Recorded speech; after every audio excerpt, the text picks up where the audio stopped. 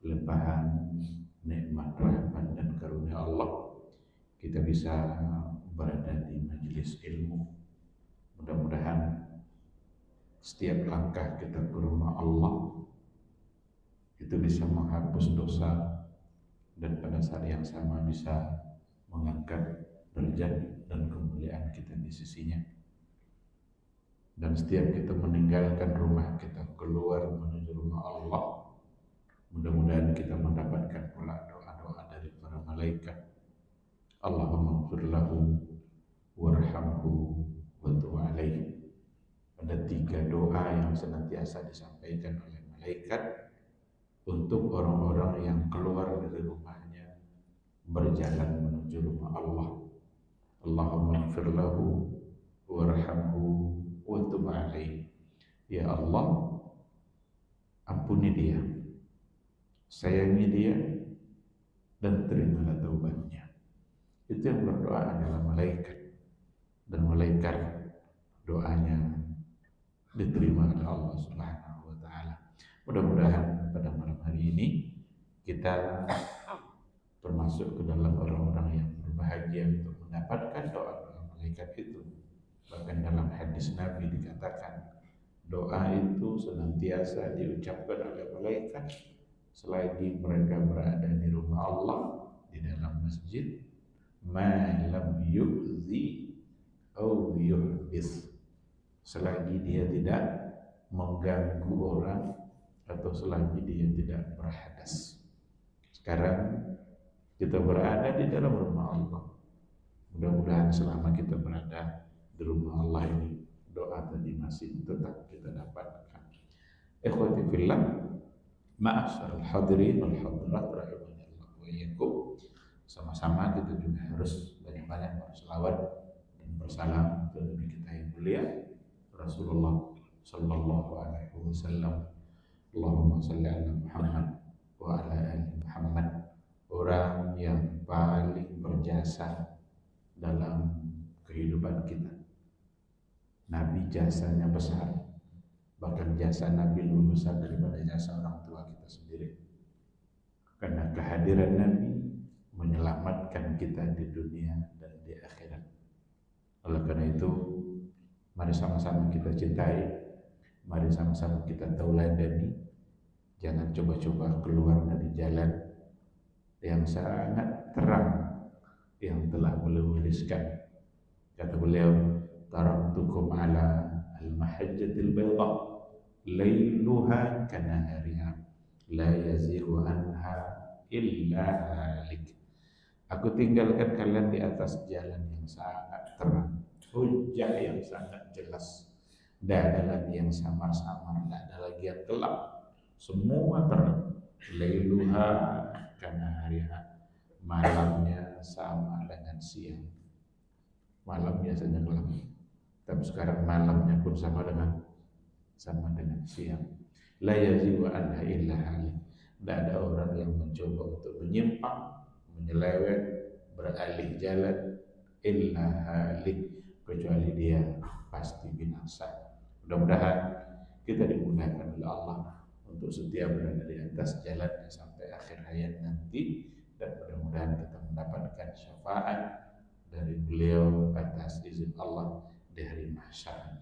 Amin amin ya rabbal alamin. Ikhwati fillah, ma'asyiral hadirin wal hadirat rahimani Allah wa iyyakum. Sesuai dengan yang disampaikan tadi, malam hari ini kita tidak melanjutkan kajian kitab Bulughul Maram, tetapi mencoba untuk berdiskusi dan berbagi seputar fikih Ramadan. Pembahasan fikih Ramadan itu sesungguhnya sangat luas. Fikih Ramadan beda dengan fikih puasa. Fikih Ramadan itu lebih luas, karena kalau fikih puasa itu hanya persoalan puasa saja. Tapi kalau fikih Ramadan, kalau ingin kita membahas secara lengkap, ada banyak bab yang terkait dengan fikih Ramadan. Apa di antaranya? Bab yang pertama tentu akan kita bahas adalah as-siyam, karena Ramadan adalah bulan puasa. Tapi tidak berhenti sampai di situ.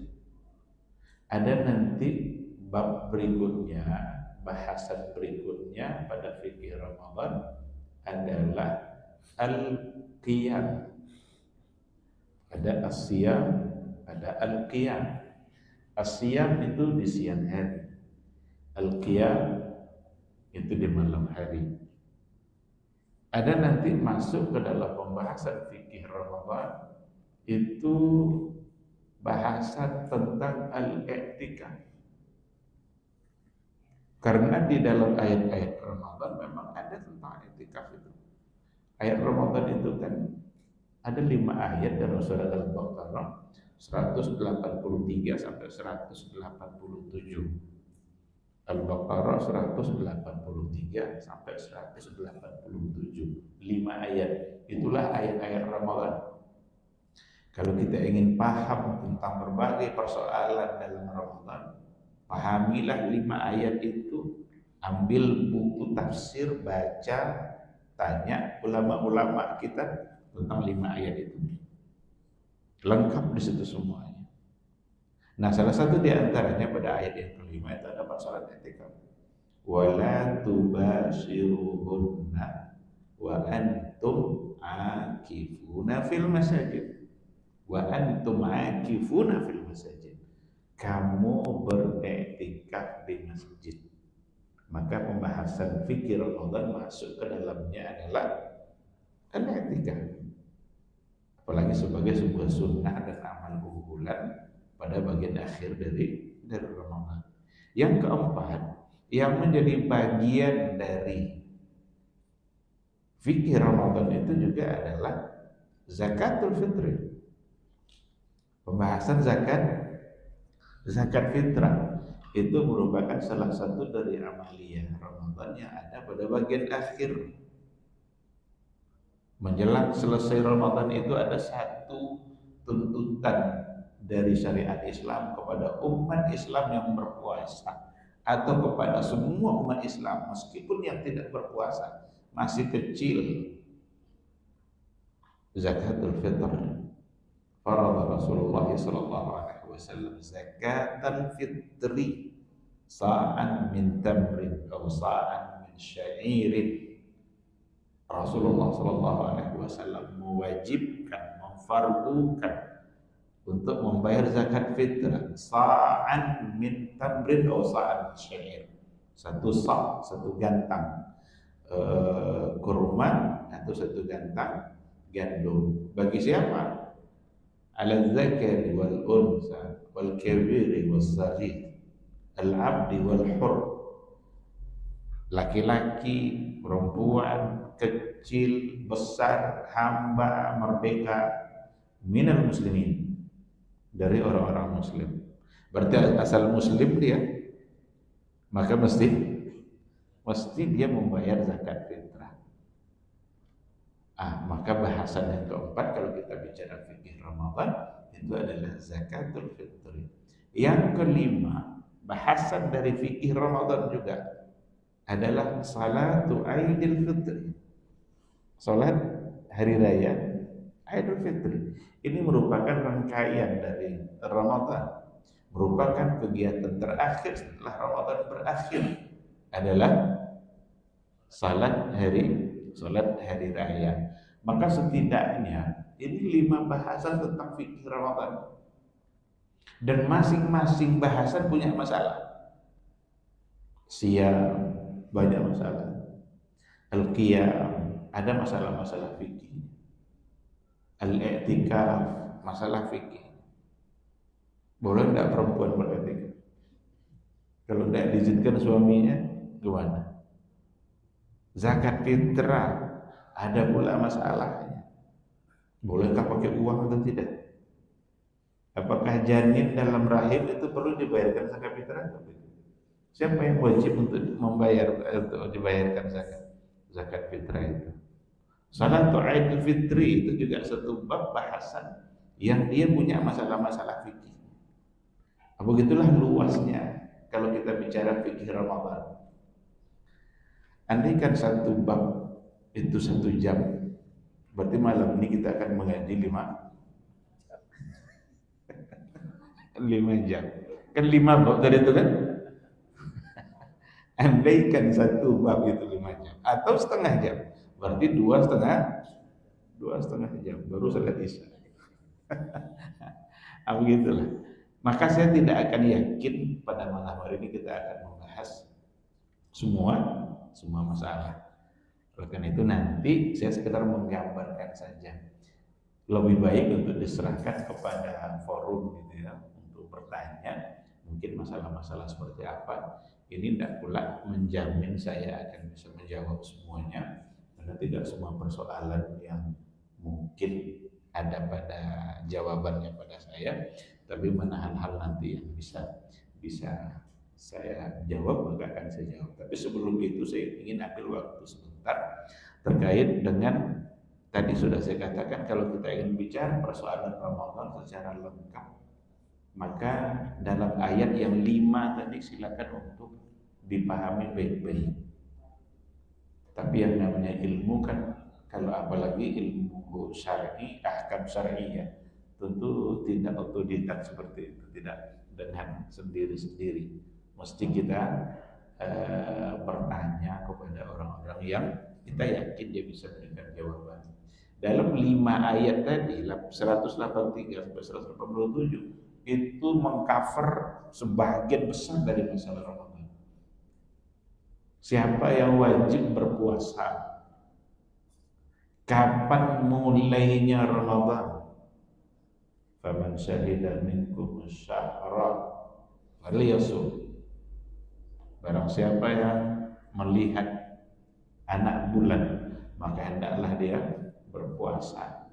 Maka di sini ada satu persoalan fikih tentang bagaimana cara memulai Ramadan, di mana para ulama mengatakan mulainya Ramadan itu ditandai dengan ru'yatu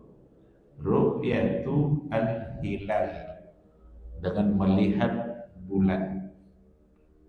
Kalau seandainya terlihat berarti besok puasa. Tapi kalau seandainya belum terlihat atau tidak terlihat, fa inhum ma'alaikum fa akmilul iddata salasina. Kalau seandainya tertutup awan, mungkin bulan sudah ada tapi tertutup awan sehingga tidak terlihat, maka sempurnakanlah Sya'ban 30 hari. Oleh karena itu ulama ahlus sunnah, ulama salaf itu mengatakan bahwa mulainya Ramadan itu mesti dengan ru'yatul hilal. Bagaimana dengan hisab? Terjadi perbedaan kadang-kadang, itu pula yang menyebabkan terjadinya perbedaan. Terjadinya perbedaan karena berbedanya ru'yah dari dulu sudah ada antara negara dengan negara yang lain, antara Madinah dengan Syam. Itu pernah terjadi pada masa Muawiyah bin Abi Sufyan. Terjadi perbedaan ru'yah, satu hari Jumat, satu hari Sabtu, antara Madinah dengan Syam.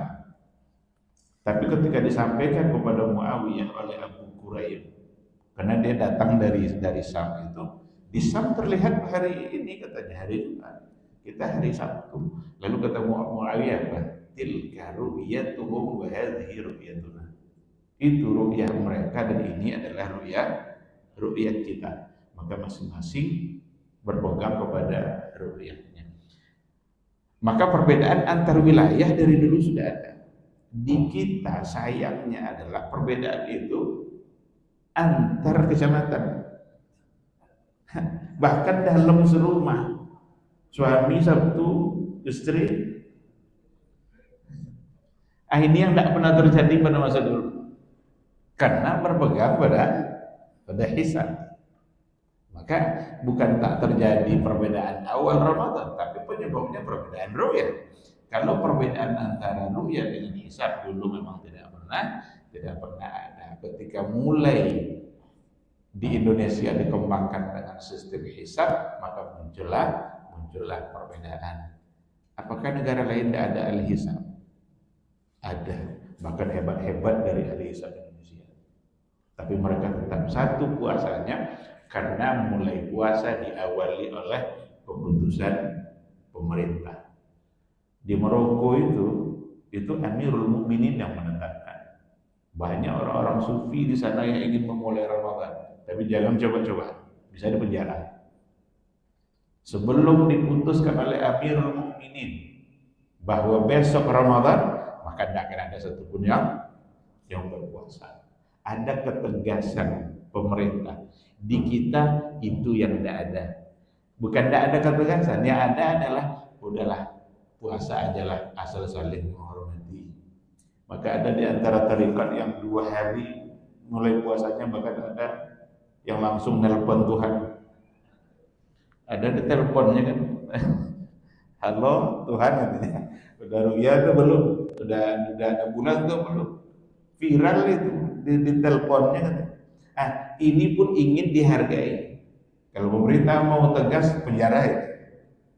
Kalau mau bersikap seperti negara lain, bukan tidak ada di sana itu orang yang ingin memulai, tapi jangan coba-coba melanggar apa yang diputuskan oleh Amirul Mukminin. Raja Maroko kan panggilannya Amirul Mukminin. Malaysia juga ada hisab, tetapi mereka mulai puasa bisa sama karena tidak dibolehkan untuk mendahului pemerintah dalam mengumumkan. Maka kapan mulai? Ada pada ayat itu. Siapa yang boleh tidak berpuasa? Ada pada ayat itu. Bagaimana caranya kalau dia tidak berpuasa? Andaikan dia punya uzur syar'i umpamanya, lalu dia tidak berpuasa, bagaimana cara menggantinya? Ada pada ayat itu. Apa amal-amal unggulan umpamanya selama Ramadan? Ada pada ayat itu. Bahkan pada ayat yang keempat itu dibicarakan tentang khusus bicara doa. Wa idza sa'alaka 'ibadi 'anni fa inni qarib. Itu masalah doa. Maka salah satu dari amal unggulan yang ada dalam Ramadan adalah doa. Nah, baru pada ayat yang kelimanya itu banyak hukum di dalamnya. Uhilla lakum lailatas siyami ar-rafasu ila nisaikum hunna libasul lakum wa antum libasul lahunna. Dihalalkan bagi kalian untuk menggauli istri kalian di malam Ramadan. Berarti larangannya hanya di waktu siang. Pada awalnya mereka mengira bahwa larangannya juga sampai malam hari. Karena sudah malam mereka menganggap tidak boleh juga. Ada yang hampir pingsan gara-gara tidak bisa menahan. Maka turunlah ayat itu, bosnya untuk malamnya dibolehkan. Baru bicara tentang etika. Itu 5 ayat. Setelah ayat itu baru Allah bicara masalah lain, masalah harta. Wala taqulu amwalakum bainakum bil batil. Jangan makan harta dengan batil. Saat ya Muhammad Salim menganalisa kenapa setelah ayat puasa Allah bicara langsung tentang harta. Karena orang kalau sudah sukses puasanya, dia akan sukses harta, sukses dalam persoalan harta. Karena dia bisa menahan diri dari hal-hal yang halal. Ramadan kan menahan diri dari hal yang halal. Memakan harta batil itu adalah haram. Kalau dari yang halal aja dia bisa menahan diri, apalagi dari yang haram. Maka diuji langsung orang yang berpuasa itu sukses tidak puasanya, uji soal harta. Kalau dia sukses berpuasa, maka dia tidak akan pernah mau memakan harta orang lain secara batil. Jadi pahami baik-baik pada 5 ayat itu, baca, ambil tafsirnya, tengok bagaimana para ulama membahas. Insya Allah kita akan tahu berbagai hal yang terkait dengan Ramadan.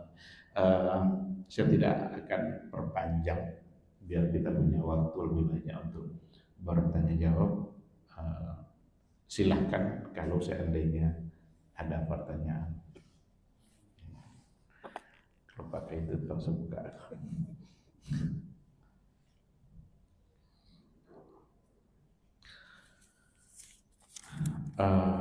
Baik.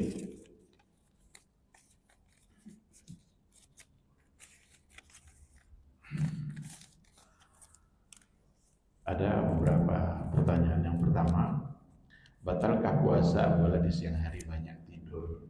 Yang kedua, kapan pertama kali kewajiban puasa Ramadan diwajibkan kepada umat Islam? Tidur bukanlah termasuk hal yang membatalkan puasa. Tapi kalau seandainya waktu kita habis untuk tidur, berarti kita kehilangan berbagai macam bentuk fadilah dan kebaikan. Jangan andalkan sebuah hadis dhaif. Ada hadis yang dihukumkan oleh para ulama, naumus shaim ibadah. Tidurnya orang berpuasa adalah ibadah. Jadi ada riwayat itu, bahkan Imam Nawawi juga menyebutkan riwayat itu, tapi dihukumkan sebagai hadis yang dhaif. Karena kalau seandainya ada orang ingin mengambil ibadah Ramadan hanya dengan tidur saja, berarti tidak ada zikirnya, tidak ada baca Qur'annya, tidak ada tasbih tahmidnya, tidak ada tawasul bil haq, atau tawasul bis sabr, berarti akan habislah waktunya hanya untuk tidur. Jadi dia tidak membatalkannya, akan tetapi ia melakukan sesuatu yang sangat merugikan dia. Alangkah baiknya kalau seandainya waktu-waktu Ramadan itu dia gunakan untuk beribadah, tapi ibadahnya bukan dalam bentuk tidur berdasarkan kepada hadis yang dhaif tadi. Pagi barangkali sebelumnya jarang sholat duha, tapi dalam Ramadan duha. Baca Quran, mungkin di luar Ramadan kita nggak punya kesempatan banyak baca Quran. Orang biasanya kalau selesai sholat zuhur yang diingatnya biasanya makan. Tapi dalam Ramadan enggak, kita enggak ingat makan di siang hari itu karena kita berpuasa. Maka alihkan perhatian kita kepada Al-Quran. Ambil Quran, duduk sejenak, baca dia. Ambil hidayah dari Al-Quran. Dan satu huruf dari bacaan Quran kita itu diberikan pahala sebanyak 10. Walam aqul alif lam mim harfun. Saya tidak katakan alif lam itu satu huruf, tapi alif satu huruf, lam satu huruf, mim satu huruf. Andaikan kita baca alif lam mim, tutup Quran itu ada dapat 30. Tapi tidak akan ada orang yang seperti itu. Minimal sehalaman, 1 lembar, 2 lembar, seberapa kita memungkinkan. Maka jangan perbanyak tidur. Boleh tidak tidur? Boleh. Nanti capek beribadah tidur. Tidur itu sebentar niatnya adalah untuk menguatkan fisik agar beribadah berikutnya. Itu baru menjadi ibadah.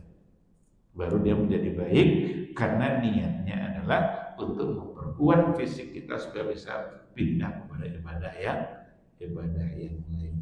Adapun yang kedua, kapan pertama kewajiban? Ini kewajiban untuk beribadah puasa itu pada tahun kedua Hijriah. Setelah Nabi hijrah ke Madinah, pada tahun kedua di bulan Sya'ban itu disyariatkanlah ibadah Ramadan. Sya'ban setelahnya Ramadan. Dan Ramadan pertama sahabat melakukan, disitulah terjadinya perang Badar. Nah, perang Badar kan tahun kedua. Berat tidak ujian sahabat?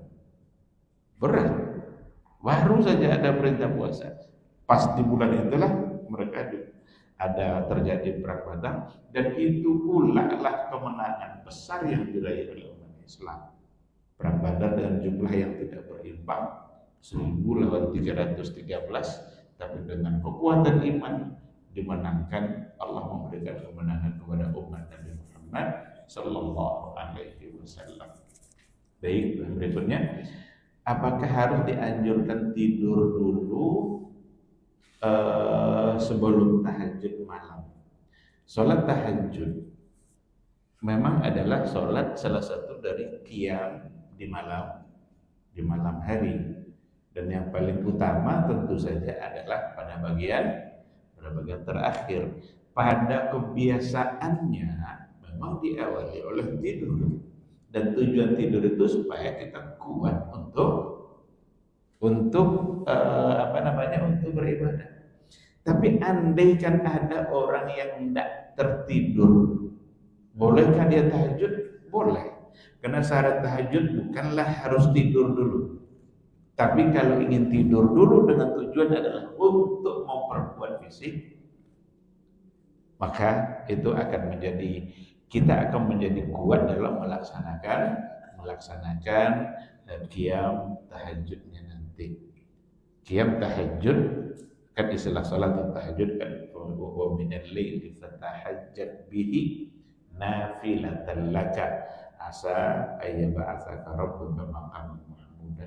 Tu ya ayyuhal muzammil qumil laila illa qalila nisfahu au apa nisfahu awin minhu au zid alaihi warattilil qur'ana tartila. Maka memang waktunya itu adalah di malam dan yang paling utama tentu saja pada bagian malam terakhir. Dan apakah boleh sholat malam lebih dari 11 rakaat? Apakah boleh sholat malam lebih dari 11 rakaat? Ini pembahasan yang saya kira bahasan masalah-masalah yang diperselisihkan ini sudah lama oleh para ulama, apalagi nanti ketika bicara Ramadan tarawih. Kalau kita sudah tarawih 11 rakaat bersama imam, apakah nanti kalau kita bangun boleh lagi untuk bertahajud atau tidak? Apakah batasan 11 memang hanya segitu? Kalau kita tengok sejarah perkembangan ulama, ada buku ditulis oleh Syekh Atiyah Muhammad Salim, Salatut Tarawih Mundu Alfi Amin fil Masjidin Nabawi. Sejarah Masjid Nabawi, sejarah salat tarawih di Masjid Nabawi selama 1000 tahun. Jadi dimulainya dari masa Nabi dalam hadisnya langsung dikatakan tidak pernah melebihi 11 rakaat dalam sholat malam. Tapi ada pada riwayat yang lain dikatakan Nabi sholat 13 rakaat. Itu saja sudah ada perbedaan. Ada yang mengistilahkan dengan sholatul istiftah.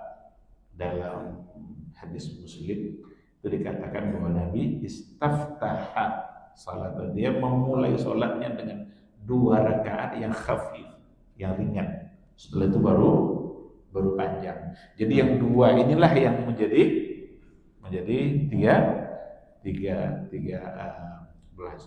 Tapi pada masa Umar bin Khattab ada riwayat yang mengatakan bahwa Umar meminta Ubay bin Ka'ab dengan Tamim Ad-Dari, 2 orang bergantian untuk menjadi imam, dengan sedikit agak meringkaskan sholatnya, tapi rakaatnya dilebihkan, dan itu 20 rakaat pada masa Umar. Walaupun ada sebagian yang menganggap ini dianggap hadis yang tidak kuat, tetapi banyak juga yang mengatakan itu adalah benar adanya. Pada masa Nabi hanya sholat 3 malam atau 4 malam bersama sahabat, tidak setiap malam. Cuma la tas'alu an tulihinna wa husnihinna. Jangan tanya berapa panjangnya dan berapa lamanya. Sampai bisa selesai jam 12.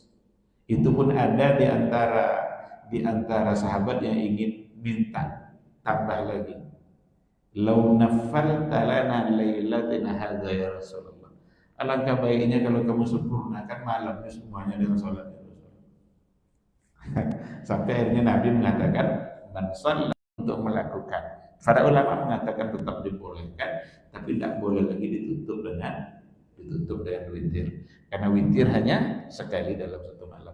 La witrani fil lail. Kalau witir boleh 2 kali, berarti tidak jadi witir dia lagi. Jadi genap dia kan. Karena 3 jadi 6. Sementara witir ganjil, maka tidak boleh. Nah, pada masa Umar seperti itu. Pada masa Umar bin Abdul Aziz, khusus untuk orang Madinah itu 36 rakaat. Karena orang Madinah meminta kepada Umar bin Abdul Aziz. Apa katanya? Ya Amirul Mukminin, orang Mekah itu mereka sholat 2 rakaat, 4 rakaat, setelah itu mereka tawaf. Tarawih itu kan santai ya, istirahat dulu, baca Quran, zikir. Ada juga yang istirahat tapi ngopi-ngopi aja. Bukan tidak boleh, silakan aja ngopi-ngopi. Tapi intinya bukan pada minum-minumnya, intinya ada pada ibadah yang lain. Maka orang Mekah selesai 4 tawaf, kami menuntut ya Amirul Mukminin katanya, biar ibadah kami mengibadah mereka.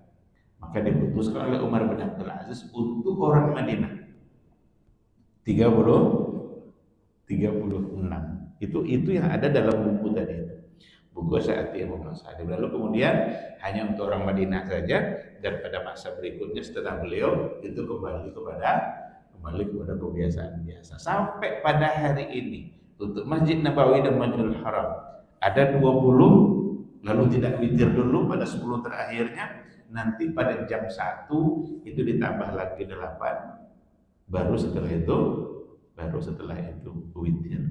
Nah, kalau kita tengok beberapa riwayat, kemudian juga apa yang terjadi pada masa Umar bin Abdul Aziz, pada masa Umar bin Khattab, nampaknya persoalan jumlah tidak menjadi hal yang perlu diributkan.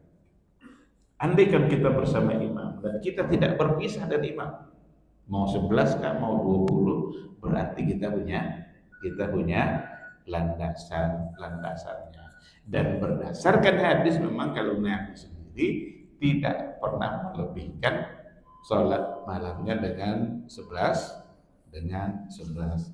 rakaat.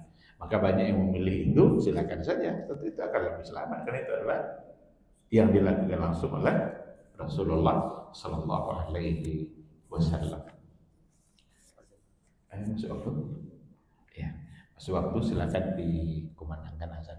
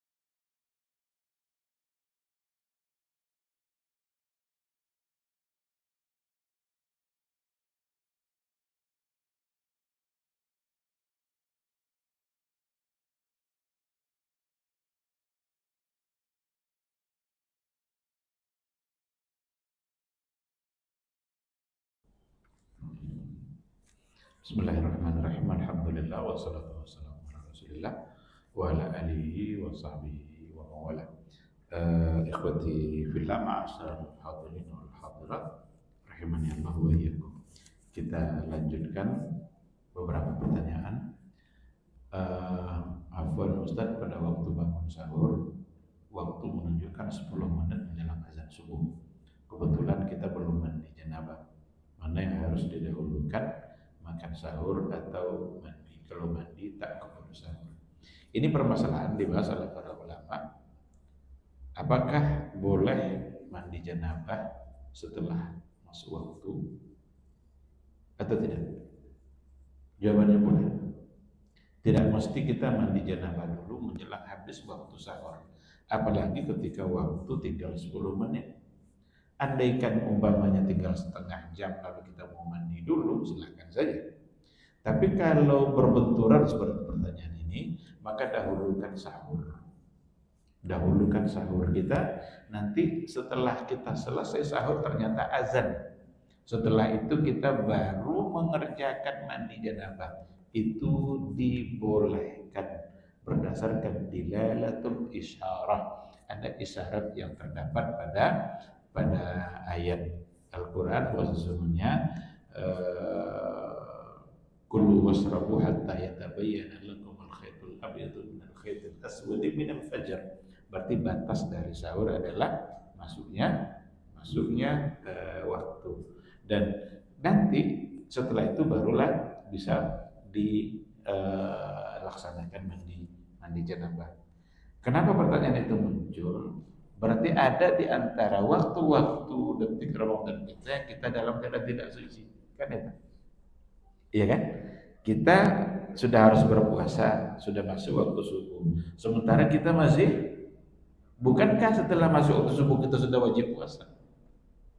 Nah, tetapi berdasarkan kepada dilalatul isyarah pada ayat tadi, maka para ulama mengatakan boleh untuk menunda mandi janabahnya setelah masuk waktu, apalagi ketika memang tinggal 10 menit untuk bersahur, dikhawatirkan nanti justru sahurnya yang tidak bisa dilaksanakan. Wallahu subhanahu wa ta'ala a'lam. Yang berikutnya, bagaimana dengan orang yang memiliki riwayat penyakit kronis seperti emah, asam lambung? Apakah masih wajib hukumnya Ustaz, dan bagaimana cara mengganti sedangkan berpuasa tidak sanggup? Salah satu dari uzur syar'i yang membolehkan kita untuk tidak berpuasa adalah sakit. Faman kana minkum maridan aw ala safarin fa iddatun min ayyamin ukhra. Jika kalian sakit atau musafir, maka boleh tidak berpuasa, tapi nanti ganti iddatun min ayyamin ukhra pada hari yang lain. Kata sakit di sini ini berbagai macam bentuk penyakit yang membuat seseorang tidak sanggup untuk berpuasa. Meskipun ada sebahagian pengalaman orang-orang tertentu yang kena penyakit emah justru sehat dengan berpuasa. Andaikan dia mau mencoba lalu berdoa kepada Allah, siapa tahu itu jalan keluar dari penyakitnya. Tapi jika memang tidak sanggup, berarti masuk kepada keumuman ayat tadi. Faman kana minkum maridan, siapa yang sakit maka boleh tidak berpuasa. Lalu bagaimana cara menggantinya? Sakit ada dua kemungkinan, sakit biasa lalu kemungkinan sehat, berarti diganti dengan puasa juga setelah dia sehat. Ada penyakit kronis yang memang tak diharapkan sembuhnya. Dokter pun mengatakan seperti itu. Kalau memang tidak diharapkan sembuhnya, yang berarti tidak lagi bisa diharapkan mengganti dengan cara taubat puasa, tetapi diganti dengan fidyatun ta'amu miskin, membayar fidyah setiap hari sejumlah satu orang fakir miskin sejumlah hari yang dia tinggalkan. Ada persoalan di sini juga, apakah sekali makan atau sehari makan? Kalau sehari makan berarti 3 kali, sarapan, makan siang, makan malam, atau sekali.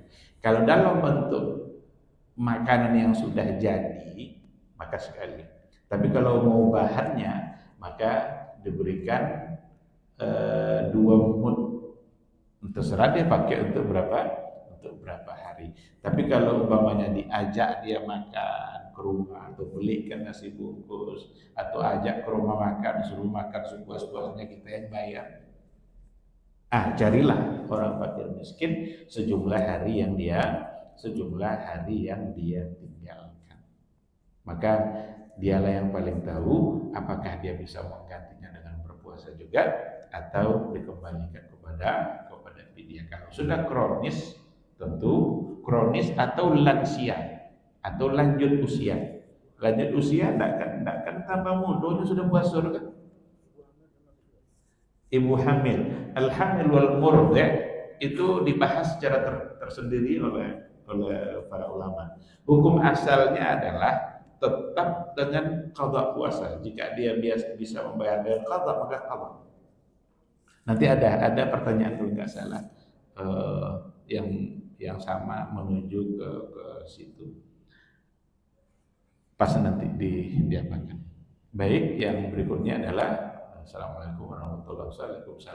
Saya punya hutang puasa tahun kemarin. Puasa tahun kemarin berarti sebelum yang datang Ramadan sekarang.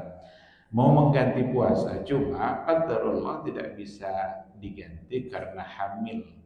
Apakah boleh bayar fidyah utang lamanya? Apa bayar fidyah untuk utang lamanya? Karena saya melihat puasa yang akan datang ini setidak puasa dan puasa yang akan datang tahun depan kemungkinan tidak puasa juga karena menyusui. Mohon penjelasannya.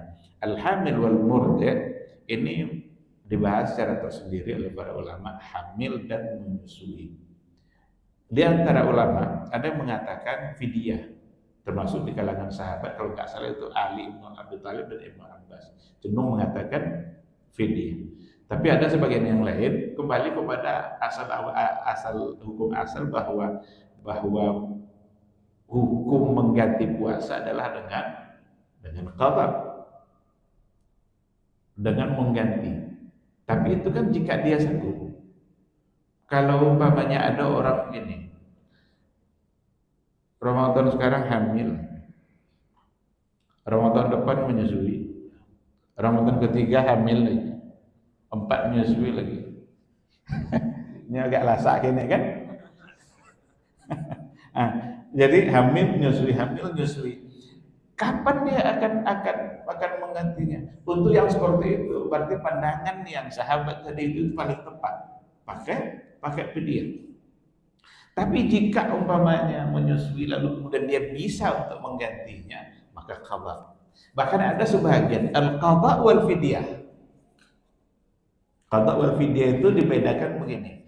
Dia tidak berpuasa itu apakah karena dia tidak sanggup atau karena kekhawatirannya terhadap janin. Kalau dia yang tidak sanggup berarti sama dengan sakit, maka cukup qada saja. Tapi dia sebenarnya sanggup. Cuma kalau dia puasa khawatir dengan berarti qada wal fidyah. Ada sebagian di antara ulama yang mengatakan seperti itu. Maka jika kita ingin ambil kehati-hatian sebenarnya ini kan tanggung jawab kita kepada Allah. Kalau memang kita bisa qada, udah qada. Tapi kalau memang tidak, apalagi seperti yang dicontohkan ini. Sekarang hamil, kemungkinan nanti dia sebelum puasa Ramadan berikutnya dia akan melahirkan. Lalu dalam puasa itu dia akan menyusui. Enggak juga dia akan puasa. Maka tepat kalau digunakan atau diambil pandangan dari kalangan sahabat sebagai sahabat tadi untuk mengatakan bayar dengan fidyah. Wallahu subhanahu wa ta'ala a'lam. Ada pertanyaan yang berikutnya. Kapan waktu terakhir untuk makan dan minum saat sahur? Apakah pas azan atau setelah azan? Kalau setelah azan itu sarapan itu. Maka kulu washrabu hatta yatabayyana lakumul khaytul abyadu minal khaytil aswadi minal fajr. sampai jelas nanti mana benang hitam, mana benang putih. Ada sahabat namanya Ibnu Adi. Pas turun ayat 2, sebelum sahur disediakannya 2 benang. Satu hitam, satu putih. Dikawin di kaki deh. Atau mulai sahur. Nggak waktu sahur kecuali nampak. Rupanya nggak nampak mana hitam, mana yang putih. Padahal waktu subuh sudah masuk. Besok datang temui Nabi. Ya Rasulullah, nggak nampak mana hitam, mana putih orangnya. Lalu kata Rasul, Inna wisadaka la'arid. Inna wisadaka la'arid. Bantal wang lowe bano nyata tuti dia bantal lu. Maksud benang hitam benang putih itu kata Nabi adalah fajar. Hitam berarti malam, putih berarti fajar. Maksudnya adalah sampai nanti masuk waktu fajar. Maka batas dari sahur itu adalah masuknya waktu subuh. Jadi bukan imsak yang 10 menit menjelang masuk waktu subuh. Imsak itu jangan disalahpahami. Karena sebagian menganggap imsak itu batas terakhir. Kalau lalu bunyi itu sering itu alalu jam makan lainnya. Padahal bukan. Andaikan ada orang yang tidak bangun kecuali oleh suara sirine itu, tidak boleh dia sahur? Boleh. Maka jadikan saja imsak yang di Indonesia itu, di awal kreatif, di Indonesia banyak yang kreatif, membuat jadikan saja itu sebagai kehati-hatian kita. Kehati-hatian maksudnya berarti 10 menit lagi waktu sahur akan berakhir. Maksudnya kalau nak membuat kopi jangan angin-angin warnanya soju apa saja. Atau kalau ingin nambah diukur tambuh tadi itu boleh habis menjelang azan. Tapi batasnya adalah waktu masuk azan subuh. Bahkan ada riwayat, andaikan kalian sudah mendengarkan azan, tapi tangan ada gelas ada di tangan ingin diminum, pas nak minum sudah ke azan, lanjutkan minum. Tapi cik lanjut tulisnya. Jangan nanti dimanfaatkan untuk arti yang lain. Karena dia sudah makan, kalau tidak minum coba seharian nanti dia akan kehausan. Boleh sekedar untuk itu. Nah, jadi batasnya maksudnya waktu azan. Dan hadis Nabi juga mengatakan seperti itu. Ketika azannya Ibnu Ummi Maktum boleh makan tapi belum boleh sholat. Tapi ketika azannya Abdullah Ibnu Ummi Maktum, dan ketika azannya Bilal sudah tidak boleh makan tapi sudah boleh sholat. Berarti batasnya adalah masuk waktu subuh.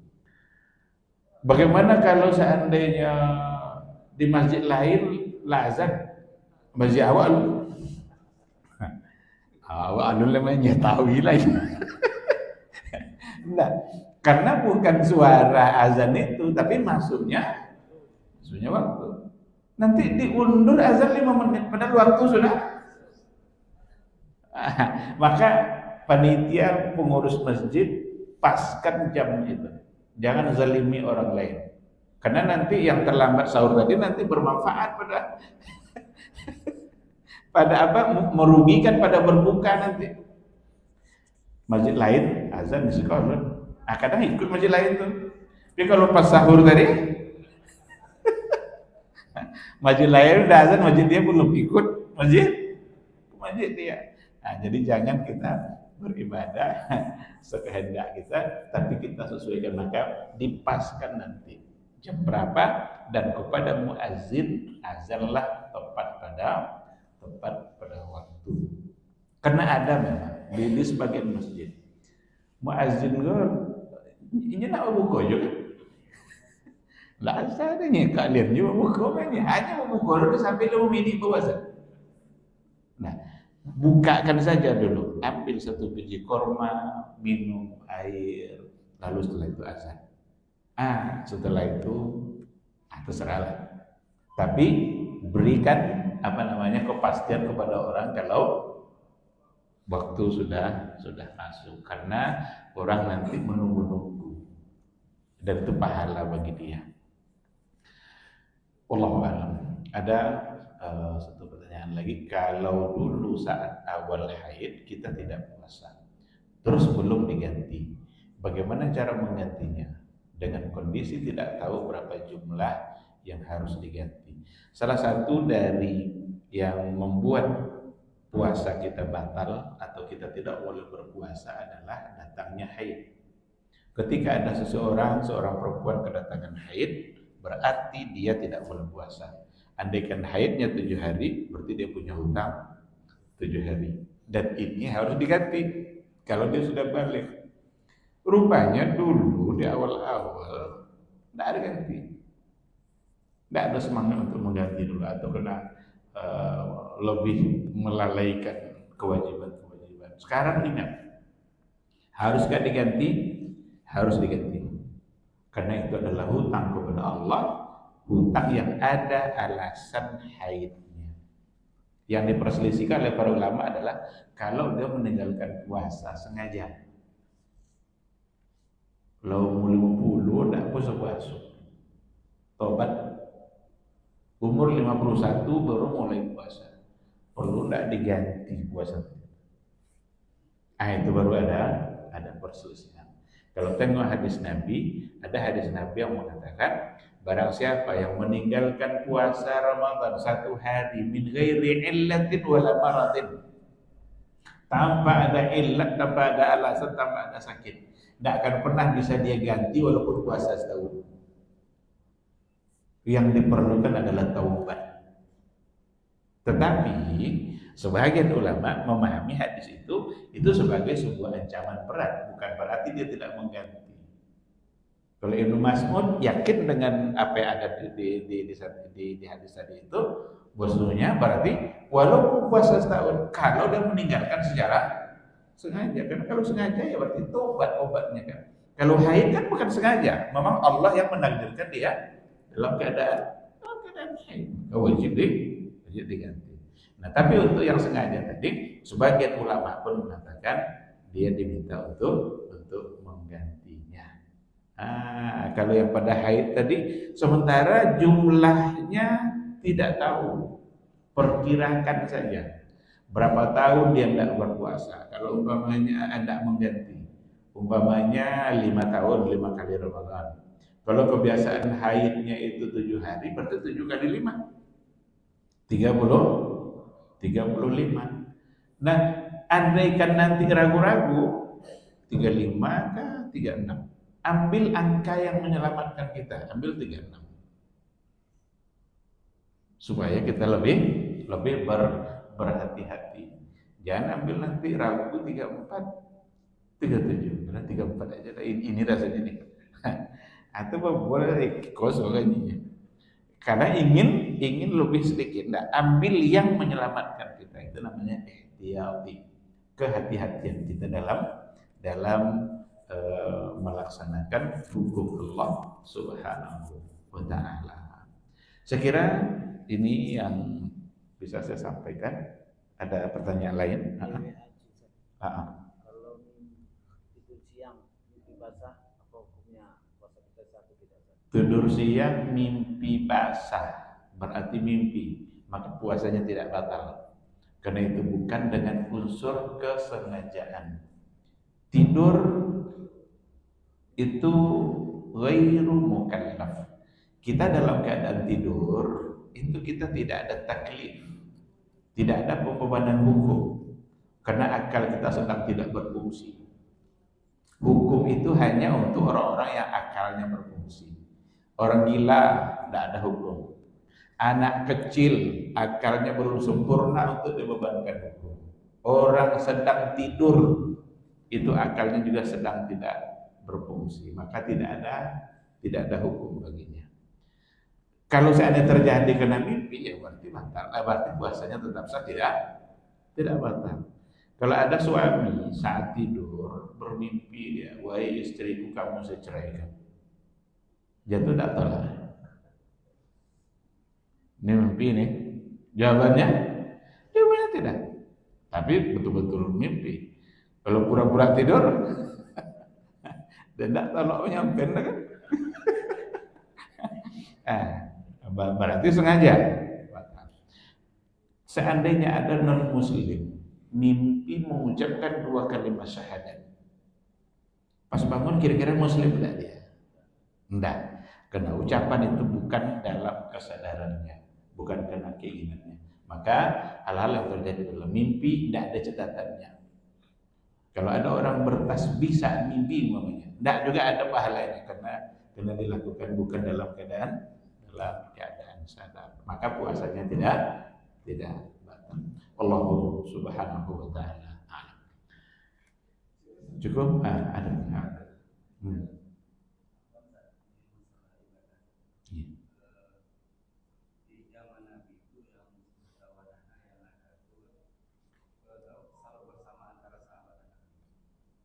Belakangan ini malah yang ada tuh buka bersama antara ini kan dikhawatirkan. Saya nanya ini hukumnya bagaimana? Atau boleh? Iya. Soal buka bersama, sahur bersama, ini bukanlah merupakan satu ketentuan yang masuk dalam kategori ibadah mahdoh. Kalau bukanya iya, bersama-samanya itu tidak menjadi persoalan. Yang tidak boleh itu adalah buka bersama, dan masuk aku tuh isa lo jom kirim nyreuni nomor. Bekok aiko reuni sesama tamat SD, besok reuni sesama tamat SMP. Ai ketiga reuni sesama tamat SMA, sesama KKN, sesama kuliah, sesama bona berhutang dan macam-macam reuni. Yang kadang-kadang habis oleh hura-hura sehingga terlalaikan sholatnya. Itunya yang barangkali yang harus diperhatikan. Adapun ketika ada orang yang ingin memilih untuk buka bersama, soal tidak ada persoalan, tidak ada masalah di situ. Karena ini bukan menjadi bagian dari ibadah mahdoh yang harus kita dapatkan contohnya dari Rasulullah SAW. Wallahu a'lam.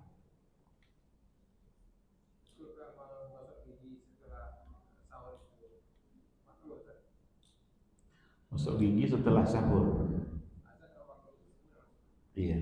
Itu babnya kalau dalam kajian fikih itu bab siwak. Siwak pada saat Ramadan. Apakah dibolehkan atau tidak? Ada sebagian ulama yang membatasi sampai menjelang zawal. Zawal itu terbenam, tergelincir matahari. Tetapi keumuman hadis tidak membatasi. Ba'da zawal pun sebenarnya bersiwak masih dibolehkan. Cuma yang kita lakukan sekarang itu ada sikat giginya, ada odolnya, ada rasanya. Yang kita khawatir nanti bisa masuk ke dalam rongga kita lalu masuk ke perut. Maka kalau memang kita melakukan hal yang seperti itu, tinggal kita siasati aja. Sedikitkan, kemudian jangan terlalu maksimal. Karena dalam hadis Nabi juga mengatakan maksimallah kamu dalam bermadmadah, berkumur-kumur, memasukkan air ke dalam mulut, kumur-kumur, illa an takuna sha'iman, kecuali kalau kamu dalam keadaan berpuasa. Boleh berkumur-kumur saat berpuasa, tapi tidak semaksimal kita berkumur-kumur saat tidak berpuasa. Nah, dikiaskan saja yang tadi itu. Maka kalau ada siwak persoalannya dibolehkan oleh para ulama secara umum, tapi sebagian membatasinya sampai zawal. Adapun sudah zawal tinggalkan saja, karena ambil hadis la khalufu famis sha'im atyabu indallahi min rihil miski. Aroma mulutnya orang yang berpuasa itu lebih harum daripada kasturi. Tapi di sisi Allah, di sisi awak tentu dulu. Kalau di sisi Allah, itulah Dan itu keutamaan di antara orang berpuasa. Nah, tidak pun pakai siwak, karena memang hadis mengatakan akan ada aroma, tetapi di sisi Allah itu adalah lebih baik. Untuk kehati-hatian mungkin bisa kita pakai yang menjelang zawal, tetapi tidak ada yang pasti untuk membatasinya. Ada sebagian yang membolehkan. Cuma tetap kita berhati-hati di awal hari pun harus berhati-hati kalau pakai odol dan lain sebagainya biar tidak masuk ke dalam mulut. Adapun rasa itu kan sekedar di lidah. Rasa di lidah itu boleh, maka ada pembahasan juga oleh para ulama mencicipi makanan. Boleh, tapi sekedar cicipi. Jangan biasa bilang tambah kuas kan ya, atau tidak cicipi. Sekadar untuk merasakan garamnya gimana, pedasnya gimana. Itu diboleh oleh Allah, tapi hanya sebatas pada lidah. Lidah kan bagian dari indera perasa. Wallahu subhanahu wa ta'ala a'lam. Cukup? Baik, saya kira sampai di sini kajian kita pada malam hari ini. Terima kasih. Kalau Bu Yako menjawab bisanya kan? Lah, dia bertanya tidak bisa. Abu yang pasnya duduk tadi hilang langsung separuh ilmu. Abu dah mandang lo begini tadi sedih dia mana mandang kan? Makanya pas mandang tak mandang inyolan. Inyolan bertanya begini itu masalah loh. Ini ada kasus dia. Ini kan tak sodorang muar Ini ada pekerja katakanlah kuli di pabrik, di PT. Kadang dia bertanya. Jadi itulah langkah itu sampai ke dia. Tak pokojonya, tak dapat makan dia nyara ukuran, makan uang kini, cara hidup uang kini. Bakojo beko ndak rodok puasa lah. Apa sedok volti ka bakojo di PT itu atau bapak dengan neko. Voltinya bakojo tamano lo kan dapat kojo sudah kan ikut pikirannya. Nah, jadi contoh aku sikap yang terbaik yang dipikirnya anak rumah sekolah anak dan contoh itu banyak dan basuh ini pertanyaan. Nah, itu Iya, terima kasih. Itu masuk ke dalam satu pertanyaan yang biasa dipertanyakan oleh masyarakat juga. Apakah pekerja berat boleh untuk tidak berpuasa? Pekerja berat, yang kasar sakit, ada kan, musafir kok tak tahu baik-baik Bandung ini udah. Baik ke Malaysia sejam pesawat AC dingin sejuk-sejuk ada loh. Tapi karena kita safar boleh untuk berbuka, walaupun tidak wajib. Kalau ada yang ingin tetap berpuasa, puasa. Tapi kalau ingin berbuka, dibolehkan karena berdasarkan ayat. Nah sekarang pekerja berat. Pertanyaan sekarang, apa standar pekerja berat? Sopir berat enggak? Sopir kira-kira kau coba ya? Tukang parkir boleh enggak? Maju mundur jam 2 siang. Kadang minum sampai maju minum.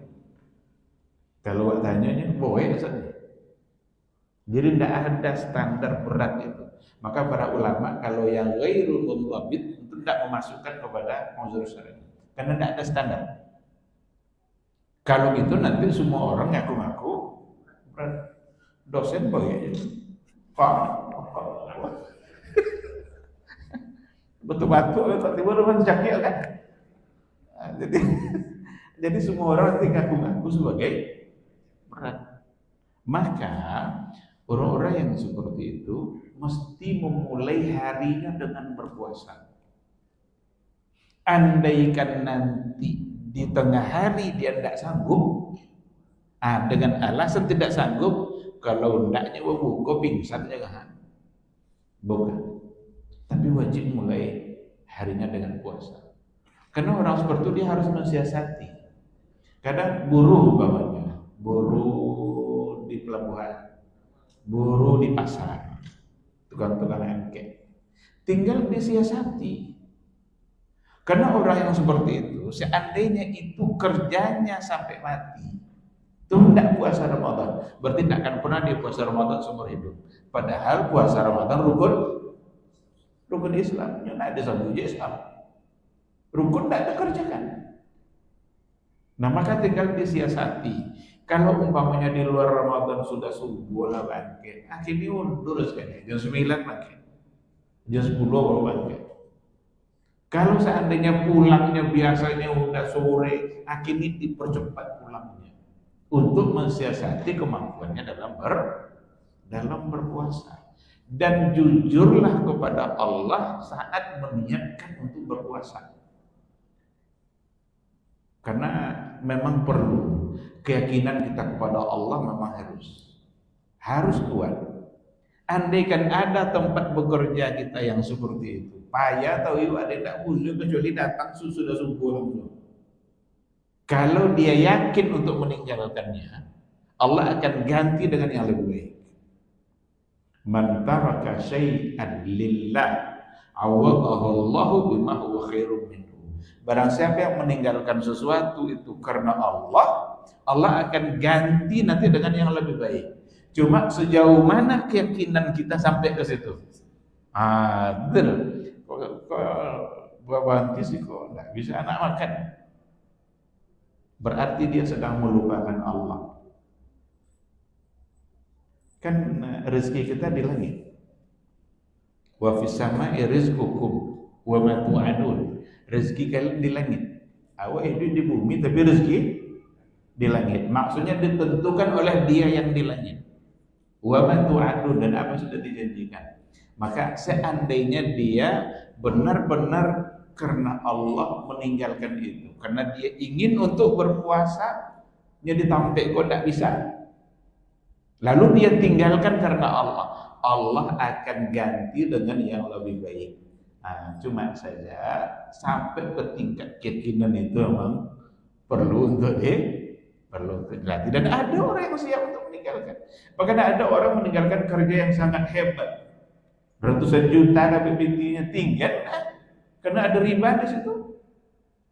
Lalu kemudian dia buka usaha yang lain, pada akhirnya dia mendapatkan hal yang lebih baik, atau setidaknya lebih diridai oleh Allah Subhanahu wa taala, lebih diberkahi.